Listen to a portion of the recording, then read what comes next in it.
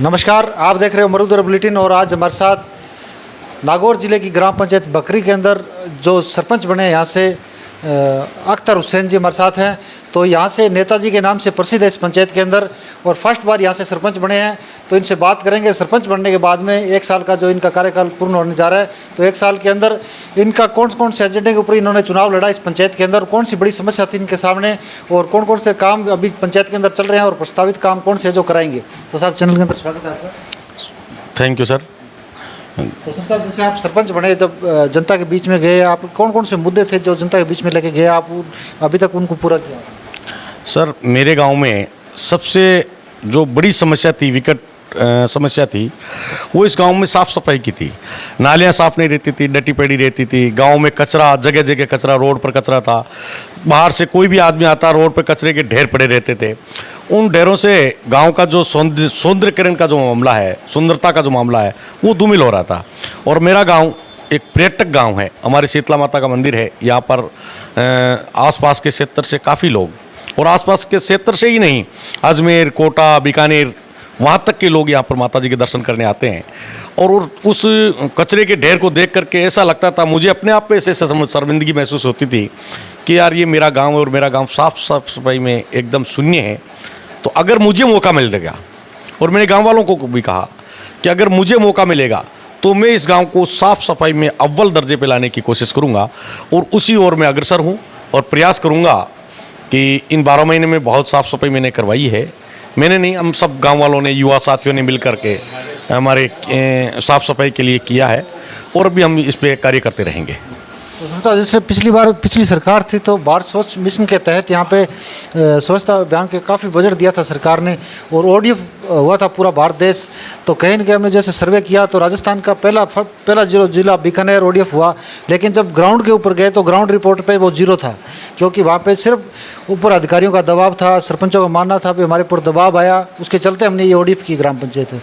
तो आपको क्या लगता है, अभी आपकी ग्राम पंचायत, आप सरपंच बने तो आप गए होंगे घर घर जाके, आपने वोट मांगे होंगे, कौन कौन से मुद्दे थे आपके बीच में? ODF हुई या धरातल पे या डॉक्यूमेंट में हुई? वास्तविकता ये है कि राजस्थान सरकार, जो सरकार बनती है, वो चाहती है कि हम जनता का भला करें, जनता को ODF के लिए, क्या शौचालयों के लिए। और श्री नरेंद्र मोदी ने घर घर शौचालय का एक नारा भी दिया था, घर घर शौचालय, और हर परिवार को घर का एक वादा दिया था, और उस पर कार्य भी किया था। लेकिन दुर्भाग्यवश हमारे गाँव में जो सरकारें होती थी, गाँव की सरकार होती है, या फिर कोई ग्राम सेवक होता है, वीडियो होता है, विकास अधिकारी, उन पे इतना कार्य का इतना दबाव होता है कि आप काम जल्दी कीजिए, जल्दी कीजिए। उस जल्दी की तत्परता में वो लोग ये भूल जाते हैं कि गरीबों का काम पीछे रह जाता है और अमीरों का काम हो जाता है। जैसे ही मेरे गाँव में तकरीबन 1500 शौचालयों का पैसा उठा है। 1500 शौचालयों का पैसा खातों में गया है। लेकिन दुर्भाग्यवश ये है कि जो गरीब जनता थी, जो शौचालय बना ही नहीं सकती, 12,000 रुपये में, मात्र 12,000 रुपये में वैसे शौचालय नहीं बन सकता। जैसे कि आज दुनिया जो मॉडर्न टाइप का शौचालय बनाती है, वो 12,000 रुपये में तो बन नहीं सकता। एक साधारण शौचालय बन सकता है, लेकिन उनको गाइडेंस के लिए उनको गाइड नहीं किया गया, और वो जो गरीब लोग थे, जो 12,000 से और पैसा था, वो इन्वेस्ट ही नहीं कर सकते थे, उनका शौचालय नहीं बना। और उनके शौचालय नहीं बनने की वजह ये थी कि सरकार से तो 12,000 रुपये शौचालय बनने के बाद मिलने थे, उन गरीबों के पास पहले पैसा था ही नहीं। तो सरकार की तरफ से ये था कि नरेगा की तरफ से, भाई आधा पैसा हम नरेगा की तरफ से देंगे, आधा हम जल स्वास्थ्य अभियंत्रण विभाग से या स्वच्छता विभाग से देंगे। तो वो उसमें कॉम्बिनेशन नहीं बन पाया और गरीबों के शौचालय रह गए। और मुझे इस बात की पीड़ा है कि अब मेरे सरपंच बनने के बाद जो शौचालय की ऑनलाइन लिस्ट थी, तो वो मेरे गांव में मात्र 6 आदमी बाकी रखे गए थे कि ऑनलाइन नाम 6 आदमियों के नाम है, और उन 6 आदमियों का ही पेमेंट होना है। बाकी के जो गांव में लोग हैं, उनके शौचालय बन चुके हैं। ऐसा लिख के ग्राम पंचायत ने ODF के थ्रू लिख के दे दिया था कि हमारा गाँव हर घर में शौचालय बन गया है। जबकि वास्तविकता यह है कि मेरे गांव में आज भी 30% घरों में शौचालय नहीं है, और वो लोग बाहर जाते हैं, और ये दुख का विषय है। इस पे मैं प्रयास भी कर रहा हूँ। अभी 10 नाम मैंने राज्य सरकार के आदेशानुसार 10 नाम हमने जुड़ाए हैं। 10 शौचालय बनेंगे मालिक ने चाहा तो, और भी कोशिश करेंगे हमारे गांव के बुढ़े बुजुर्गों को मिला करके या हमारे एमएलए साहब को भी कहेंगे कि शौचालयों का जो काम है उस पर ग्राम पंचायत को ज़्यादा मौका मिले और मेरे गांव में बिल्कुल एकदम स्वच्छता और सोच मुक्त गांव हो। आपने अभी बताया सोच मुक्त गांव, तो जैसे आपके ग्रामीणों से हम मिले, काफ़ी टाइम से हम आए हुए हैं आपकी पंचायत के अंदर, तो गांव के अंदर सबसे बड़ी जो समस्या जैसे सार्वजनिक शौचालय है, तो पानी की समस्या बता रहे हैं, पानी की नहीं होने की वजह से वो बाहर जा रहे हैं, तो इस पे आपने क्या किया अभी? नहीं, पानी की तो इतनी कोई विशेष प्रॉब्लम नहीं है। अभी गांव में फ़िलहाल इंदिरा गांधी कैनाल जो ये पानी आ रहा है, नई लाइनें बिछ रही है, उन लाइनों में लीकेज होने की वजह से और लाइनें खुदने के हिसाब से पुरानी लाइनों में लीकेज हो रहा है, उसके हिसाब से थोड़ी महीने 2 महीने से पानी की थोड़ी दिक्कत हो रही है लोगों को। फिर भी हमने प्रयास किए हैं, हमने प्रयास करके पुरानी लाइनों में जो इंदिरा कैनाल का पानी है, टंकी सप्ताह में 2 दिन हम टंकी को भरते हैं और उसी मीठा पानी पुरानी लाइनों के जरिए हम देते हैं गांव में। और अय्यन साहब का भी बड़ा मेहरबानी है उनकी कि उन्होंने 2 दिन के लिए हमें पानी उपलब्ध कराया है और हम गाँव में पानी दे रहे हैं। अब रही बात शौचालयों की, सार्वजनिक शौचालयों की, तो सार्वजनिक शौचालयों में ग्राम पंचायत की एक सबसे बड़ी समस्या है, वो ये है कि जहाँ सार्वजनिक शौचालय उन्होंने बनाए हैं वहाँ पर पानी का स्रोत प्राप्त नहीं किया उन्होंने, या ना तो एक सिंगल फेस ट्यूबवेल करवा सकते थे, जैसे एक सिंगल फेस ट्यूबवेल एक पॉइंट पे हो गई, उसकी जगह 2 शौचालय है, दोनों शौचालय में लाइन चली जाती और टंकी में पानी जाता। सरकार कहती है कि शौचालय के ऊपर टंकी तो रखो आप पानी की, लेकिन टंकी में पानी चढ़ेगा कैसे और आएगा कैसे, इसका जो स्रोत है उसके ऊपर ध्यान नहीं दिया जा रहा है। मैं कोशिश करूँगा कि जो सार्वजनिक शौचालय बनाए जाएंगे मेरे द्वारा, उनमें पानी की माकूल व्यवस्था हो, ऐसा मैं प्रयास करूँगा। तो इसके अलावा पंचायत की तरफ से और क्या कार्य चल रहा है ग्राम पंचायत के अंदर? ग्राम पंचायत में अभी फ़िलहाल जो मेरा टारगेट है, वो मेरा टारगेट सिर्फ और सिर्फ स्वच्छता पे निर्भर करता है। मैंने गांव में एक ट्रैक्टर लगाया है अपनी तरफ से, जो घर घर जाके कचरा संग्रहण करता है। तो कचरे की व्यवस्था, कचरे की जो सिस्टम है हमारे गांव में बिल्कुल एकदम साफ़ सुथरा है। अभी गांव कहीं पे भी आपको कचरा नहीं मिलेगा। आपने भी घूमे, आप देखा होगा आपने, कहीं पर भी कचरा नहीं है हमारे गांव में। अब रही बात नालियों की, जो बड़ी प्रॉब्लम है गांव में, तो मेरा जो सिस्टम है, मैंने शुरू स्टार्ट जो किया है वो नालों और नालियों से किया है। पहले गाँव की नालियाँ सही होगी, नाले सही होंगे, पानी का निकास अच्छे तरीके से होगा, उसके बाद स्वच्छता पे का मतलब एक अच्छा हमें एक जेक मिलेगा, अच्छा हमें मतलब सपोर्ट मिलेगा। इसलिए अभी नालियों का काम चल रहा है। रही बात सीसी ब्लॉक की है, तो 2 सड़कें हमने सीसी ब्लॉक की भी सेक्शन कराई, अभी काम शुरू नहीं किया, 1-2 दिन में काम शुरू हो जाएगा उनका। दूसरी बात, हमारी नरेगा चल रही है। नरेगा में हमने अभी फ़िलहाल मेरे बनने के बाद 9 काम नए सेक्शन करवाए हैं, जिसमें 2 ग्रेल सड़क हैं और 5 नालियाँ हैं। पेड़ पौधों के लिए एक श्रीमान जिला कलेक्टर के प्रोत्साहन से एक मतलब पेड़ पौधों के लिए जो स्मार्ट नाली है, मॉडल तालाब की भी सेक्शन है। दूसरी बात, हमारे यहाँ एक गोचर भूमि में 2 नालियाँ हैं। एक हमारी जरकियाबाड़ा नाली, हमारे बुजुर्ग भी बताएंगे आपको कि पानी की बहुत ज़्यादा आवक है, लेकिन वो वहाँ पर नाली नहीं होने की वजह से वो पानी व्यर्थ हमारा खेड़ी क्यों सी होके बिल्कुल व्यर्थ चला जाता था। उस पानी को हमने रोकने की कोशिश की है और हमारा जो खारीवाली तालाब बांध है उसमें पानी की हमने आवक के लिए उसको बढ़ाया है।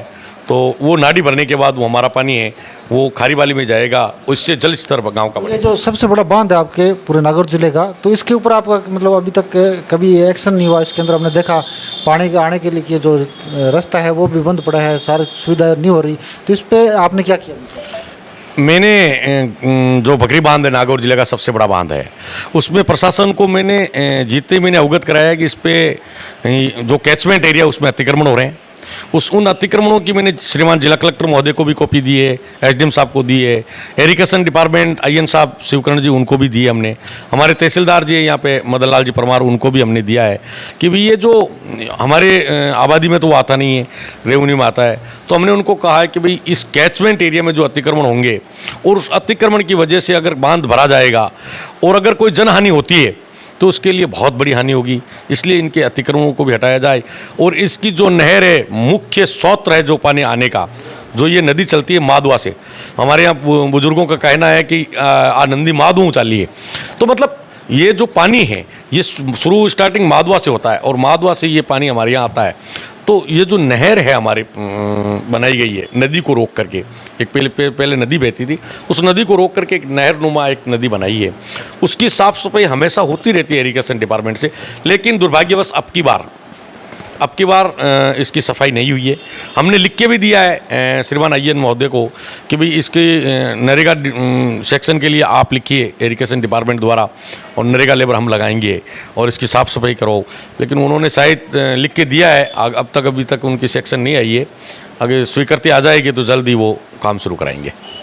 जैसे बात करेंगे अभी और कौन से काम बाकी रह गए जो आप अभी 4 साल का जो कार्यकाल है उसमें पूरा कराओगे? हमारे गांव में सबसे बड़ी जो मांग है गांव की, वो एक तो बैंक की है।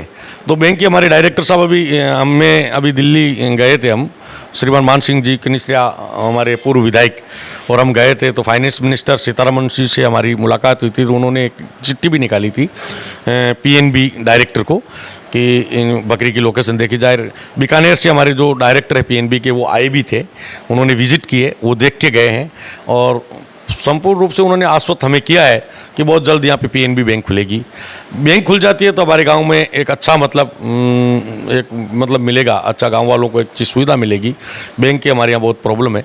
दूसरी हमारे गांव में हॉस्पिटल में हमारे यहाँ पीएससी है, और दुर्भाग्यवश ये है कि ग्रामीण जनों जो छोटे डॉक्टर हैं उनको दिखा देते हैं वहाँ हॉस्पिटल में नहीं दिखाते हैं। आउटडोर कम होने की वजह से हमने पता किया था कि बोल आउटडोर पीएनबी के ये पीएससी की आउटडोर बढ़ेगी तो इसको सीएससी में कर्मोन्नत होगा या आदर्श पीएससी में कर्मोन्नत होगा। तो आउटडोर कम होने की वजह से थोड़ा दिक्कत आ रही है। फिलहाल अभी गांव वालों को प्रोत्साहन किया जा रहा है और गांव वाले हॉस्पिटल में जा रहे हैं। आउटडोर बढ़ने जा रही है और बढ़ेगी, तो जल्दी ही राज्य सरकार से मांग करेंगे हम लोग, और हमारे बुजुर्गों को, हमारे गांव वालों को साथ लेकर के हम लोग राज्य सरकार से मांग करेंगे। यहाँ सीएससी अस्पताल खुल जाता है तो गांव को बहुत अच्छी एक सुविधा मिलेगी। तो जैसे बात करेंगे भ्रष्टाचार की, तो पिछली बार भी सरपंचों ने खूब संघर्ष किया था, 24 सूत्रीय मांग थी सरपंचों की, लेकिन कहीं ना कहीं सरकार ने सुनाई नहीं की, तो सरकार को उसका नुकसान उठाना पड़ा था भारतीय जनता पार्टी को। तो कांग्रेस की सरकार आई, लेकिन कहीं ना कहीं 2.5 साल का जो कार्यकाल पूर्ण होने जा रहा है, इधर से कोरोना भी चल रहा है, तो इसके अंदर क्या लगता है कि अब की बार यहाँ पे इस कोरोना कार्यकाल के अंदर कुछ ऐसा विकास सरकार की तरफ से हुआ? आपके विधायक कोटे से क्या मिला? हमारे गाँव को विधायक कोटे से अभी तक कुछ भी नहीं मिला है, कुछ भी नहीं मिला है विधायक कोटे से। रही दूसरी बात ये है कि विधायक कोटा तो अभी तो कोरोना काल चल रहा है, हो सकता है देंगे हमारे विधायक जी भी जल्द ही विकास कार्य के लिए पैसा देंगे गांव में। लेकिन सबसे बड़ी बात आपने कही थी भ्रष्टाचार की, तो अभी तो ये इस राज्य सरकार के मेरे हिसाब से अशोक गहलोत जी के बनने के बाद से कोरोना काल है, उसके हिसाब से इतना मतलब अव्यवस्था हो रखी है कि सही चल ही नहीं रहा है ढंग से। पंचायत राज विभाग भी नहीं चल रहा है ढंग से, क्योंकि गांव में पंचायतों की मीटिंगें नहीं हो रही है, गांव वाले इकट्ठे नहीं हो पा रहे हैं, किसी नेता से, हमारे सीएम से हम मिल नहीं पा रहे हैं, तो फिर काम होगा कैसे? रही बात, मैं भ्रष्टाचार पर ये कहना चाहता हूँ कि भ्रष्टाचार शुरुआत हम करेंगे तब ना होगी ना। हम शुरुआत ही नहीं करेंगे भ्रष्टाचार की। क्यों करेंगे हम भ्रष्टाचार? जब आदमी ईमानदारी से रहे और ईमानदारी से काम करे तो ईमानदारी से उसका काम भी चल सकता है, तो फिर भ्रष्टाचार करने की कोई जरूरत भी नहीं। तो भारत देश की बात करेंगे, जैसे कहीं कहीं भ्रष्टाचार की भेड़ चढ़ता है, तो पंचायती राज की जो स्थापना नागौर से हुई पूरे भारत देश की, फिर भी आज पंचायतों की हालात है, तो इसका कारण क्या है? नहीं, पंचायतों की हालत अच्छी हुई ना, अच्छी हुई है।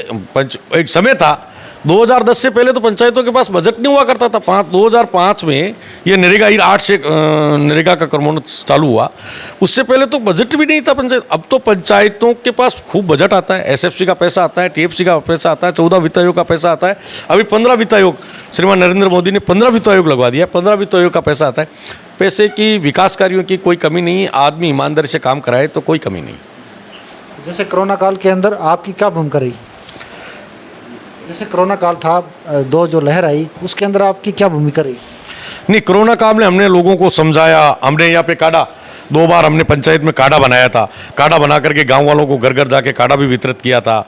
हमने मास्क वितरित किए थे, लोगों को गाइड किया था कि घरों में रहें और सुरक्षित रहें। हमारे वो एक तूफान आया था, तूफान के बारे में हमें आदेश मिला श्रीमान जिला कलेक्टर से कि भाई इसके बारे में प्रचार प्रसार करो। तो हमने गाड़ी फेर करके लोगों से कहा कि वह अपने पशुधनों को अंदर सही तरीके से बांधें, छान छपरा जो भी चद्दर वगैरह उनको अच्छे तरीके से बांधें।